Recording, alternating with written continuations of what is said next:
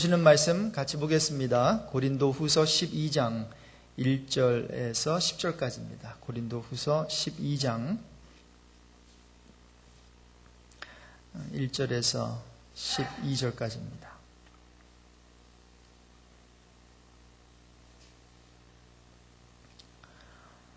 우리 한 목소리로 같이 합독합니다.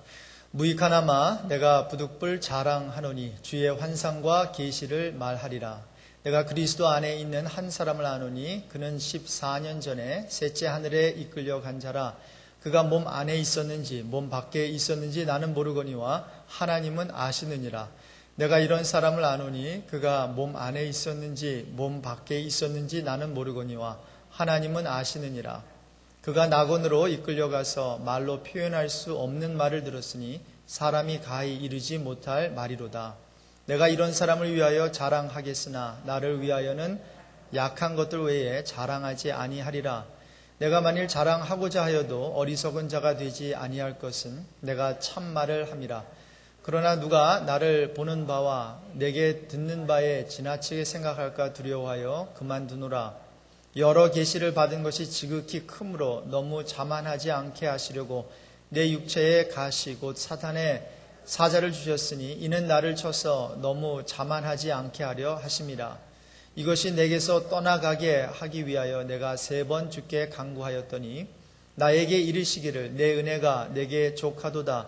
이는 내 능력이 약한 데서 온전하여 짐이라 하신지라.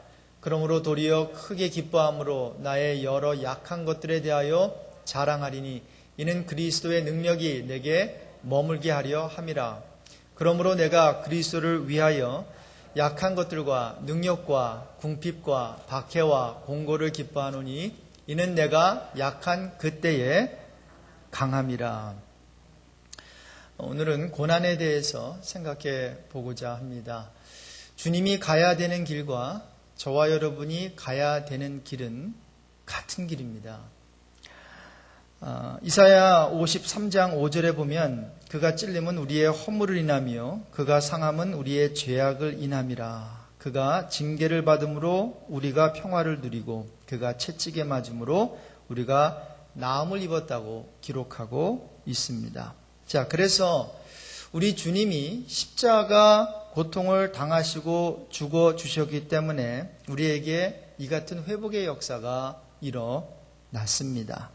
그런데 이제 회복을 경험한 하나님의 자녀들에게 주님은 다음과 같이 말씀을 하십니다.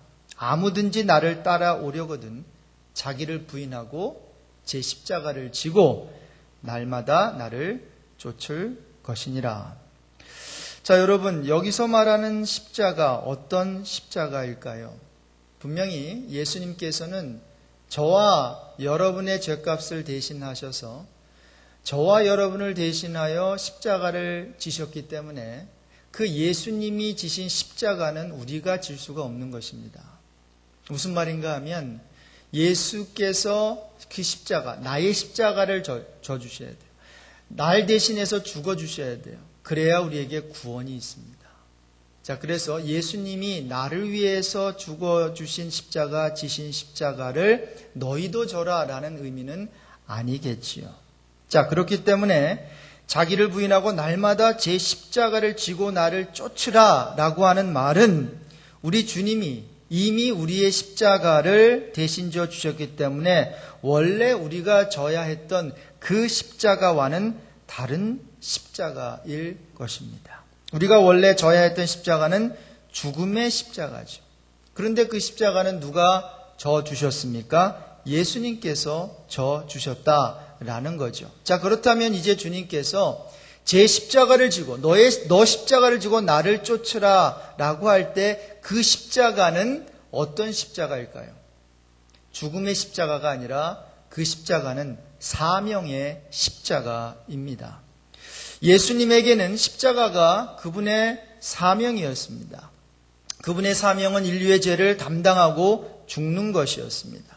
그런데 말씀드린 대로 우리는 죄를 담당할 수가 없다라는 거죠. 죄를 담당할 수 있는 사람은 죄가 없는 의인이어야 하는데 저와 여러분은 죄를 지은 죄인이기 때문에 십자가를 질 수 없어요. 죄를 담당할 수 없지요. 모든 사람이 죄를 범함으로 하나님의 영광에 이르지 못한다고 성경은 기록하고 있습니다. 자, 그러므로 이제 주님이 저와 여러분에게 명하시는 이 십자가는 다시 말씀드리지만 죄를 감당하기 위한, 죄를 담당하기 위한 십자가가 아니라 무엇을 담당하기 위한 십자가라고요? 사명을 담당하기 위한 십자가라는 사실입니다. 자, 그렇다면 예수를 믿고 따르는 우리가 담당해야 하는 사명이 무엇일까요? 그것을 오늘 본문을 통해서 말씀드리고자 합니다. 자, 여러분, 고난을 경험하신 적이 있습니까? 분명히 특히 한국에서도 그렇겠지만 미국에 오셔서 많은 어려움과 고난을 경험하셨을 거예요. 세상을 살면서 고난 받지 않은 사람은 없을 거예요. 그런데 고난을 가만히 보면 고난의 종류가 여러 가지 있습니다. 잘못해서 당하는 고난이 있죠. 특별히 요나 케이스를 보면 하나님의 말씀에 불순종해가지고 어떠한 고난을 자처하는 그러한 상황이 벌어지기도 합니다. 세상의 이치에서 오는 고난이 있습니다. 몸을 차게 하면 감기에 걸리죠. 그리고 나이가 들면 이제 병에 걸리게 되고 죽는 거죠. 세상의 이치에서 오는 그러한 고난이 있어요.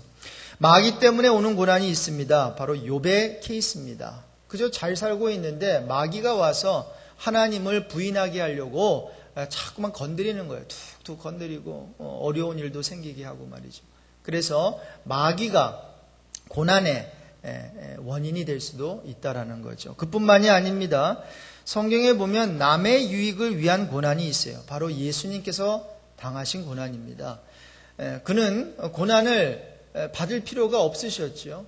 그러나 남의 어떠한 죄짐을, 저와 여러분의 죄짐을 짊어지시고 그는 우리를 위해서 상함을 입었어요. 남의 유익을 위한 고난이에요. 마지막으로 나에게 유익이 되는 고난이 있습니다. 오늘 본문에 나오는 바울의 경우입니다. 육체의 가시, 즉 어떤 병이 있었는데 이걸 통해 자기에게 유익이 되었다라고 오늘 본문에서 사도 바울은 말하고 있어요. 바울의 고난이 바로 이 마지막 부류에 속하는 고난인데, 나에게 유익이 되는 고난인데 그것이 자신에게 유익이 되는 고난이다, 이렇게 말하고 있습니다. 여러분, 바울은 정말 대단한 사람입니다. 그 신약 신구약 털어서 정말 위대한 탑3 어떤 성경 인물을 꼽으라면 아마 탑3에는 반드시 바울이 들어갑니다. 신약의 대부분의 편지들을 바울이 썼지 않습니까? 그뿐만이 아니라 빌립보서 3장 5절에 보십시오. 그는 참 자랑할 게 굉장히 많은 사람이었어요. 여기 보시면 8일 만에 할례를 받았죠. 그리고 이스라엘 족속이죠. 베냐민 지파죠. 다른 말로 하면 양반 지파라는 거예요. 히브리인 중에 히브리인, 그냥 히브리인이 아니에요. 그 중에서도 히브리인 중에서도 정말 율법으로는 바리새인 중에서도 바리새인이었어요. 요즘 우리가 바리새인 하면 예수님이 하도 뭐라고 해놔가지고 바리새인이 인기가 떨어졌지, 그 당시만 해도 바리새인 하면 와 했습니다. 바리새인은 하나님 정말 잘 믿는 사람으로 알려진 사람입니다. 그런데 그 바리새인 중에서도 바리새인이었어요. 그래서 그는 말하고 있어요. 나는 율법을 가장 엄격히 지키는 바리새인이다라고 말이죠. 자, 여기에다가 바울은 이제 다메섹 도상에서 부활하신, 그리고 하늘로 승천하신 예수님을 만나지 않습니까? 그래서 그도 사도 중에 사도의 반열에 이제 끼게 되죠. 그뿐만이 아닙니다. 나중에는 하나님의 놀라운 계시까지 받은 사람인데 어디까지 봤어요? 그저 하늘에 이렇게 층층이 있는데 셋째 하늘까지 보고 경험한 사람이었습니다. 굉장히 영적인 사람이죠. 그리고 많은 계시를 받은 사람이죠. 성경을 많이 기록한 사람이죠. 그런데 바울은 동시에 굉장히 아픈 사람이었습니다. 바울의 질병에 대해서 여러 가지 어떠한 그 견해들이 있어요. 뭐 우울증이다, 뭐 간질이다, 안질이다, 뭐 눈이 좋지 않았다. 그런데 바울이 앓은 질병에 대해서는 정확하게 알 수는 없어요. 자, 그런데 바울이 그 육체의 가시라고 말하고 있는 그 질병 때문에 굉장히 고생한 것 같아요. 자, 이같이 세상적으로는 정말 대단한 사람이었던 바울인데 육체적으로는 굉장히 아픈 사람이었습니다. 그래서 그는 자신을 매일같이 죽이면서 살아가야 했습니다. 자, 세상적으로 완벽한 것이 그리스도 예수 안에서는 방해 요소가 될 수 있기에 매일 그는 죽었어야 했고요. 또한 육체적으로 육체의 가시 때문에 고통이 심했기에 정말 매일같이 죽는 사람처럼 신음하면서 살았어야 했을 것입니다. 그래서 그가 자주 쓰는 표현 중에 이런 표현이 있습니다. 나는 매일 죽노라. I die daily라고 하는 표현. 물론 주 안에서 내가 자랑할 모든 것들을 죽인다. 십자가에 못 박는다. 어떠한 세상의 모든 정욕들을 죽인다라는 의미도 있겠지만 그가 육체적으로 육체의 가시 때문에 그 고통이 심했던 것을 우리가 감안해 본다면 나는 매일 죽노라 라고 하는 표현이 정말 우리가 일어나면 이런 표현하지 않습니까? 아유, 죽는 게 낫지. 이러한 어떠한 의미에서도 그가 나는 매일 죽노라 라는 표현을 그러한 고백을 하지 않았을까 추측할 수 있다라는 거죠. 자, 그런데 이 같은 고통 가운데 있는 바울이 뭐를 했습니까? 결국 병을 고쳐달라고 기도했습니다. 우리 8절인데 오늘 본문 8절을 한번 같이 읽어보겠습니다. 이것이 내게서 떠나가게 하기 위하여 내가 3번 주께 간구하였더니 그냥 지나가는 기도가 아닙니다. 정말 진지한 기도였습니다. 3번 구했다. 온전히 구했다는 의미입니다. 그런데 하나님께서는 그의 병을 고쳐주지 않으셨습니다. 9절에 보니까 이렇게 기록하고 있습니다. 오늘 본문 9절입니다. 내가 기도하노라 9절입니다. 우리 같이 읽습니다. 나에게 이르시기를 내 은혜가 내게 족하도다. 이는 내 능력이 약한 데서 온전하여 짐이라 하신지라. 그러므로 도리어 크게 기뻐함으로 나의 여러 약한 것들에 대하여 자랑하리니 이는 그리스도의 능력이 내게 머물게 하려 함이라. 공동 번역에는 이렇게 의역되어 있어요. 그러나 주님께서는 너는 이미 내 은총을 충분히 받았다. 내 권능은 약한 자 안에서 완전히 드러난다 하고 번번이 말씀하셨습니다. 그래서 나는 그리스도의 권능이 내게 머무르도록 하려고 더없이 기쁜 마음으로 나의 약점을 자랑하려고 합니다. 여러분, 하나님의 말씀은 이것이었습니다. 너는 너의 너됨으로 만족하라. 여러분, 하나님의 메시지를 받으시기 바랍니다. 너의 있는 그 상태로 그냥 만족하라. 이것이 하나님께서 바울에게 주신 메시지였습니다. 바울의 육신의 가시를 위해 하나님이 하신 게 뭐였을까요? 다른 것들은 많이 하셨지만 바울의 육체의 가시에 있어서만큼은 하나님이 하신 게 거의 없습니다. 뭐 하신 게 있다면 그저 누가는 의사였죠. 의사인 누가를 전도여행에 동참시켜서 몸이 불편할 때 좀 돌보게 하신 것 이외에는 하나님께서는 하신 게 아무것도 없어요.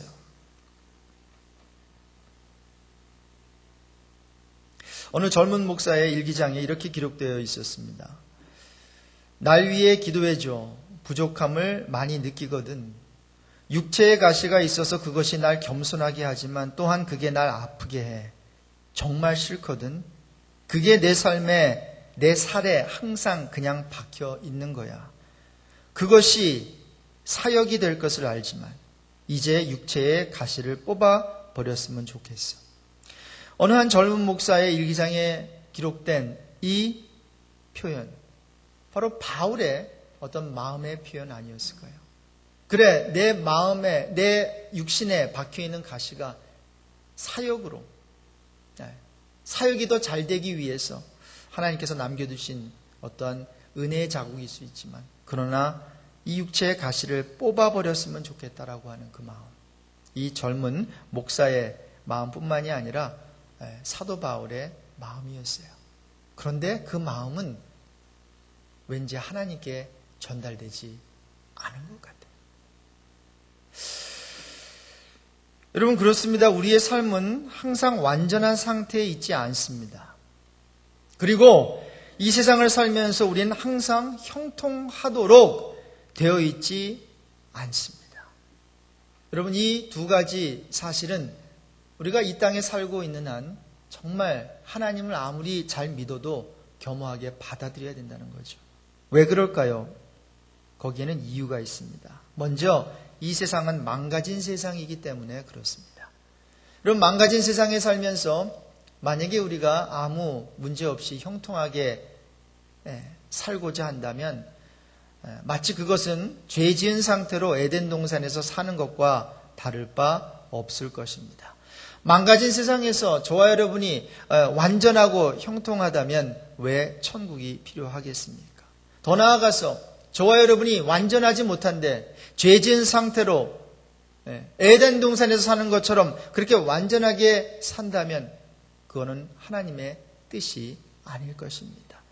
여러분, 왜 하나님께서 불순종한 아담과 이브를 에덴 동산에서 쫓아내시고 화영검으로 에덴 동산을 두르셨습니까? 왜 동산에 들어오지 못하게 하셨습니까? 하나님께서 삐치셔서요? 너희들은 절대로 여기 이제 들어오면 안 돼. 이놈들 봐라. 내가 제일 좋은 동산을 만들어놨더니 나를 배신해? 그러면서 화학김에 쫓아내신 게 아니에요. 죄 지은 상태로 죄는 해결하지 않으면서 영생하는 것은 하나님의 뜻이 아닐 뿐 아니라 그들에게는 행복이 절대로 될 수가 없어요. 자, 그래서 하나님께서는 정말 우리가 하나님의 자녀답게 우리를 그분에게 묶어두시기 위해서 사용하시는 것이 있는데 그것이 바로 오늘 본문에 나오는 가시입니다. 우리 몸에 박혀있는 가시. 그 가시는 하나님께서 해결해 주지 않으시는 가시입니다. 그 가시는 하나님이 뽑아주지 않는 가시입니다. 그 가시는 그대로 우리의 육신에 남아있어야 그게 하나님의 은혜가 된다라고 하는 그 가시. 아마 저와 여러분에게 한두 가지는 그 가시가 박혀 있을 것입니다.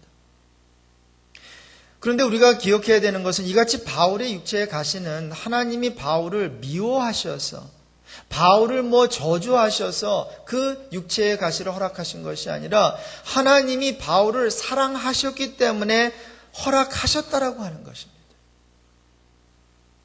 저와 여러분에게 있는 육체의 가시, 그것이 질병일 수 있고 그것이 어떤 관계에서 오는 장애일 수 있고 그것이 어떠한 재정적인 어려움이 될 수도 있는데요. 하나님께서 어떠한 이유로 그러한 육체에 또 어떤 재정의 관계의 가시를 남겨두셨는지는 모르겠지만 한 가지 확실한 사실 하나는 우리를 사랑하시기 때문에 허락하셨다라는 것입니다. 저는 성도 여러분께 감히 도전합니다. 주님께서 허락하신 가시를 받으십시오. 그것이 은혜입니다. 그리고 왜 그 가시를 주셨는지 깨닫지 못하면 사실 은혜라고는 못 느낄 거예요. 근데 사도 바울은 그 가시가 은혜구나라는 것을 깨달았어요. 그 깨닫는 은혜가 오늘 말씀을 듣는 저와 여러분에게 있기를 주님의 이름으로 축복합니다. 그는 깨달았어요. 주의 능력이 내게 머물게 하는 게 바로 이 가시였구나. 수많은 부흥 집회 가가지고 은혜 받는 것이 주의 능력이 내게 머물게 하는 것이 아니라 나를 향한 하나님의 그 주님의 방법은, 능력이 머물게 하는 방법은 바로 이거였구나. 내가 그토록 힘들어하는 그것, 그 가시. 그 가시가 바로 은혜의 통로구나. 능력의 통로구나.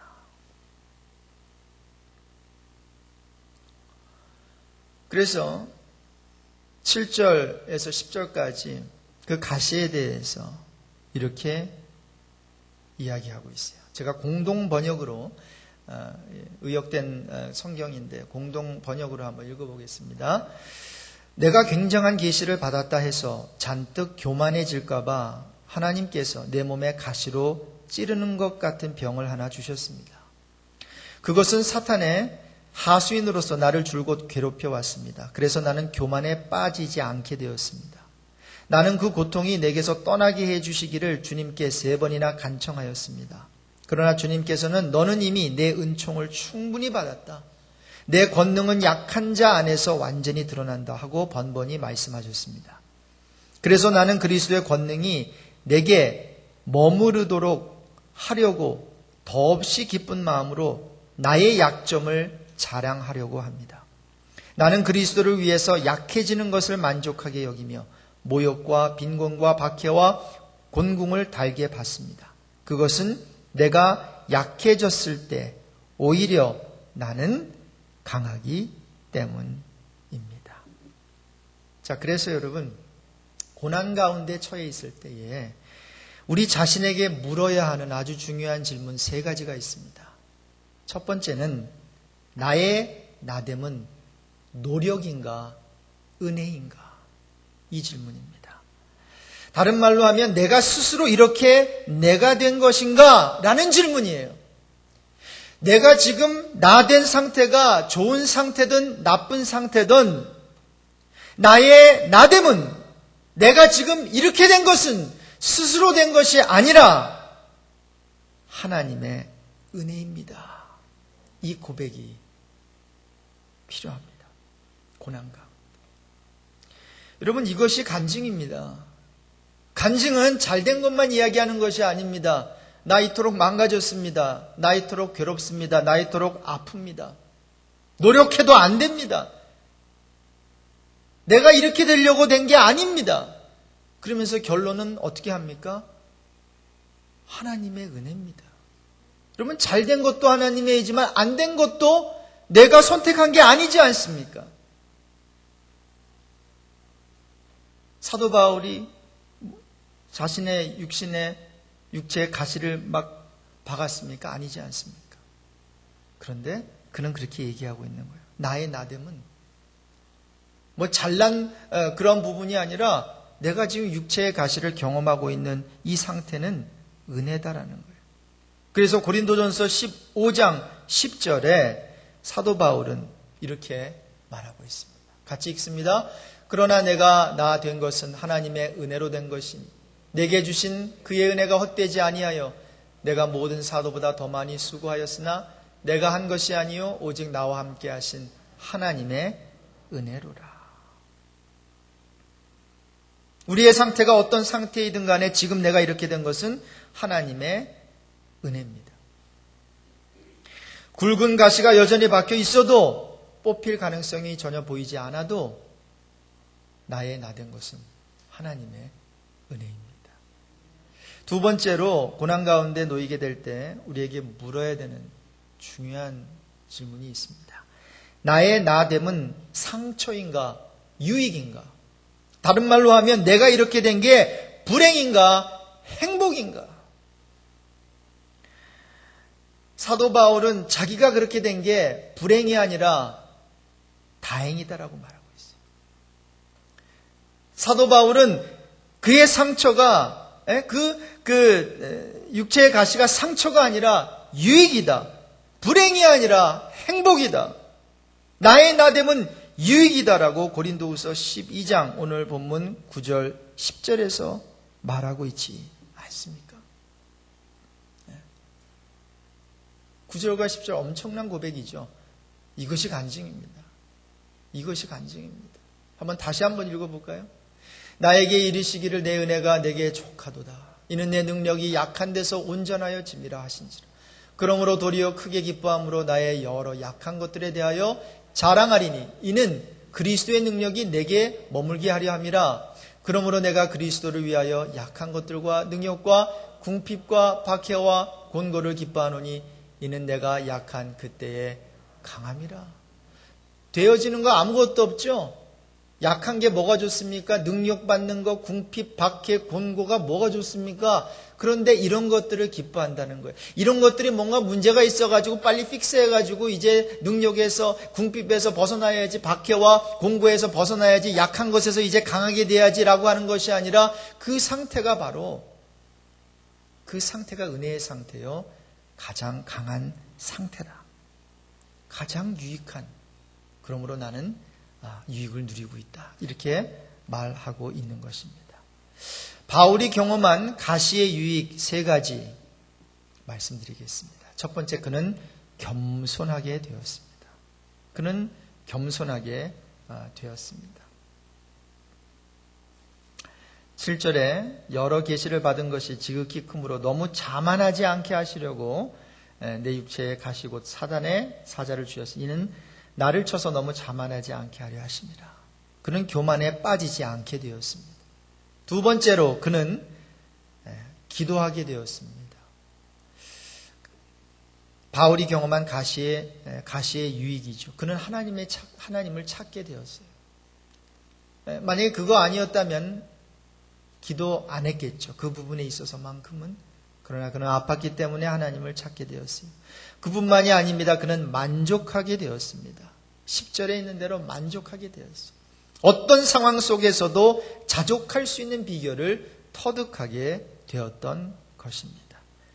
그러므로 사랑하는 성도 여러분, 영적 성숙으로 나아가기 위해 요구되는 것 한 가지가 있는데 그것이 바로 고난입니다. 영적 성숙으로 나아가는 여정에서 고난은 절대로 피할 수 없습니다. 아무리 수백 가지의 제자 훈련 과정을 거쳤다 하더라도 고난 학교에 들어가지 아니하고 그 고난을 경험하지 않았다면 영적 성숙으로 나아가는 것이 아니라 그저 머리만 커질 것입니다. 그런데 고난을 통해서 나 못 살겠어. 나 더 이상 하나님 믿기 어려워. 나 정말로 이러다가 죽을 것 같아. 그러한 몸부림 속에서 내 안에는 소망이 요만큼도 없음을 발견하는 그 순간, 나에게는 희망이 요만큼도 없다는 것을 깨닫는 그 순간, 바로 모든 인류의 소망 대신 우리 예수 그리스도를 발견하게 될 줄로 믿습니다. 바로 이것이 신앙이고 여기서부터 시작되는 것이 믿음이다라는 거죠. 영적 성숙으로 나아가는 여정에서 혼돈과 실망 그리고 갈등은 불가피한 것입니다. 그러므로 이런 것들 힘들지요. 그러나 인정하고 받아들여야 합니다. 예수님께서도 말씀하셨지요. 세상에서는 너희가 무엇을 당한다? 환난을 당한다. 그러나 담대해라. 내가 세상을 이기었노라. 탈무드에 보면 랍비 한 사람이 나귀를 타고 닭 한 마리와 등불과 천막을 싣고 광야를 지나 여행을 하는 이야기가 나옵니다. 가다가 날이 어두워져서 이제 텐트를 칩니다. 천막을 칩니다. 시계가 없었잖아요, 그때. 그래서 닭을 이제 천막 끝에 묶어놓고 날이 새면 이제 꼬꼬댁 하면 울어주기를 바랐습니다. 또 일찍 일어나야 되니까. 그리고 천막 속에서 등불을 켜놓고 이제 성경을 읽고 있는데 갑자기 바람이 확 불어서 등불이 꺼졌습니다. 할 수 없어서 성경을 덮고 잠을 잤습니다. 그런데 날이 밝아왔는데도 닭이 울지를 않아요. 나귀도 기척이 없습니다. 그리고 일어나 보니까 맹수들이 닭도 물어가고 나귀도 물어갔습니다. 이 랍비는 생각합니다. 정말 재수없는 밤이었구나. 투덜대면서 날이 밝은 다음에 이제 가까이에 있는 이제 그 동네에 있는 것을 발견하고 그 동네에 이제 들어가게 됩니다. 그 동네에 들어가 보니까 온통 야단이었습니다. 간밤에 강도떼가 동네에 들어와 가지고 사람을 죽이고 물건을 뺏고 온 동네를 수라장으로 만들어 놓은 것입니다. 그때 이 랍비가 무릎을 꿇고 불을 꺼지게 하시고 닭을 물어가게 하시고 나귀도 물어가게 하신 하나님께 감사의 기도를 드렸다고 합니다. 만약에 그 밤에 등불이 켜져 있었다면, 그리고 닭과 나귀가 이제 소리를 냈더라면 자신도 그날 영락 없이 죽었을 것이기 때문입니다. 이 랍비는 잃은 것이 너무나도 많았습니다. 그런데 그 랍비는 잃은 것보다 더 중요한 것을 얻은 것에 감사해서 하나님께 감사의 기도를 드린 것이지요. 이 랍비는 어려움 속에서 하나님의 더 큰 은혜를 체험하게 된 것입니다. 여러분, 신앙이 무엇일까요? 여러분, 정말 믿음이 무엇일까요? 주여 주여 하는 자마다 하늘나라로 가는 게 아닌데, 주여 주여 하면서 그저 예배당 찾아온다고 우리가 하나님 자녀 되는 거 아닌데, 신앙이라는 게 무엇일까요? 믿음이라는 게 무엇일까요? 어떤 악조건의 상황 속에서도 그 안에 담겨있는 은혜를 발견하는 힘인 줄로 믿습니다.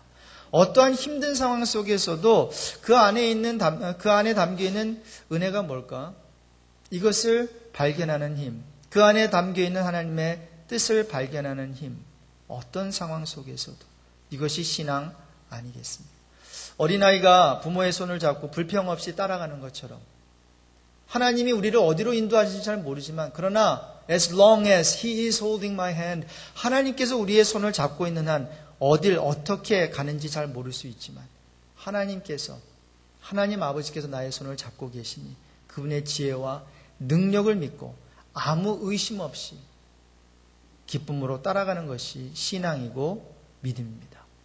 내가 왜 이렇게 외롭게 살아야 하는지, 왜 병들어 살아야 하는지, 왜 눈물을 흘려야 하는지, 왜 굶주려야 하는지, 왜 고생을 해야 하는지 지금은 모를 수 있습니다. 왜 어린 자녀가 세상을 일찍 떠나야 하는지, 왜 사랑하는 배우자가 먼저 하늘나라로 가야 하는지, 왜 젊은 사람이 사고를 당해 어려움을 겪어야 하는지 이유는 모릅니다. 이유는 몰라요. 그러나 주님이 다시 오시는 그때 그분 앞에 갈 때는 모든 게 분명해집니다. 우리가 부분적으로 알고 부분적으로 예언한다고 했어요. 그러나 온전한 것이 올 때에는 부분적으로 하던 것이 패하리라. 이제 온전한 예수 그리스도가 재림하실 때에 지금은 모르는 것이, 지금은 이해가 안 되는 것이 주님이 오실 때에는 알게 된다라는 거죠. 그때까지 저와 여러분은 우리에게 주어진 십자가를 지고 가야 됩니다. 이것이 우리의 사명입니다. 우리의 사명은 나의 삶 가운데 해결되지 않고 품고 가야 할 문제입니다. 이 사명을 큰 데서 찾지 맙시다. 아프리카에 복음 들고 가고 중국에 어디에, 물론 그거 다 사명이죠. 그러나 여러분, 매일마다 저와 여러분이 감당해야 되는 사명이 있답니다. 나의 삶 가운데 해결되지 않는, 주님이 오시는 그날까지 품고 가야 할 그 문제, 즉 현재 당면하고 있는 바로 그 고통, 그 고난이 저와 여러분이 짊어지고 가야 되는 사명의 십자가입니다. 그러므로 그 십자가는 피해가는 게 아닙니다. 그 십자가를 외면할 수 있는 것도 아닙니다. 그 십자가는 내가 좋든 싫든 늘 내 곁에 있을 것입니다. 바울의 몸에 박힌 가시처럼. 그러므로 어차피 이 십자가가 나를 따라올 것이라면 내가 지고 내가 품고 가는 십자가로 만드는 그러한 은혜가 있기를 바랍니다. 고난 가운데 놓이게 될 때 내 자신에게 물어야 하는 마지막 질문이 있습니다. 한번 따라해 봅시다. 나의 나됨은 강함인가 약함인가?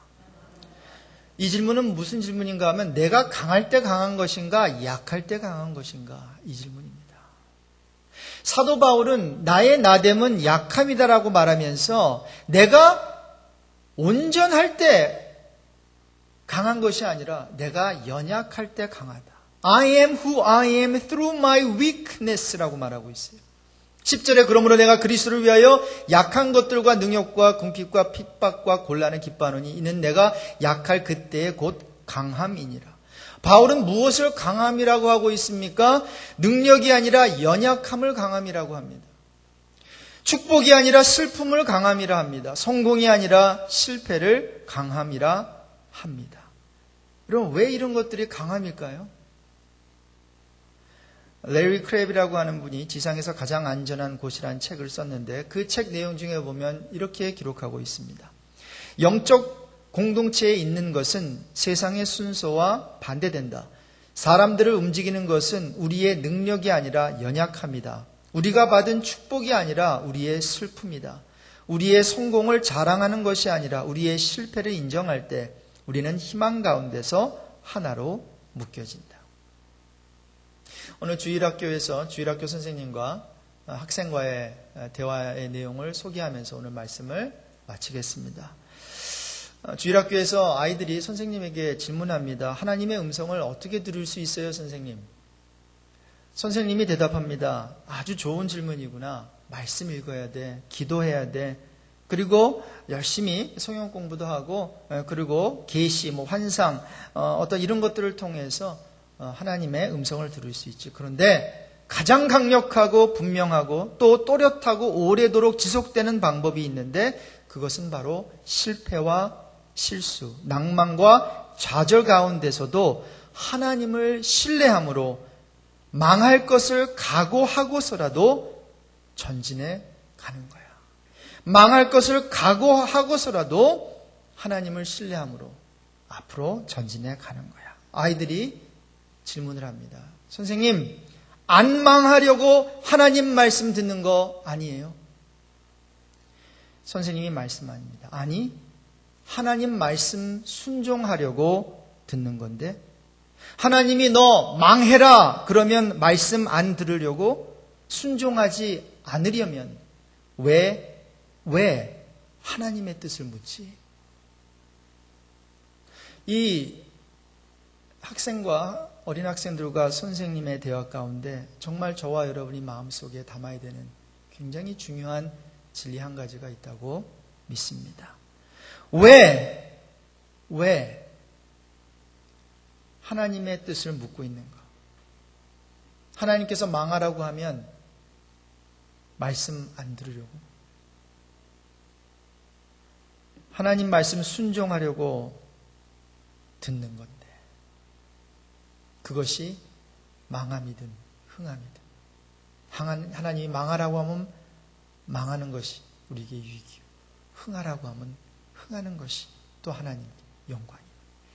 우리가 어떤 처지에 있든지 간에 있는 상태가 하나님의 은혜임을 고백하면서 힘들지만 어렵지만 고난을 헤쳐나가는 저와 여러분이 되시길 주님의 이름으로 축복합니다.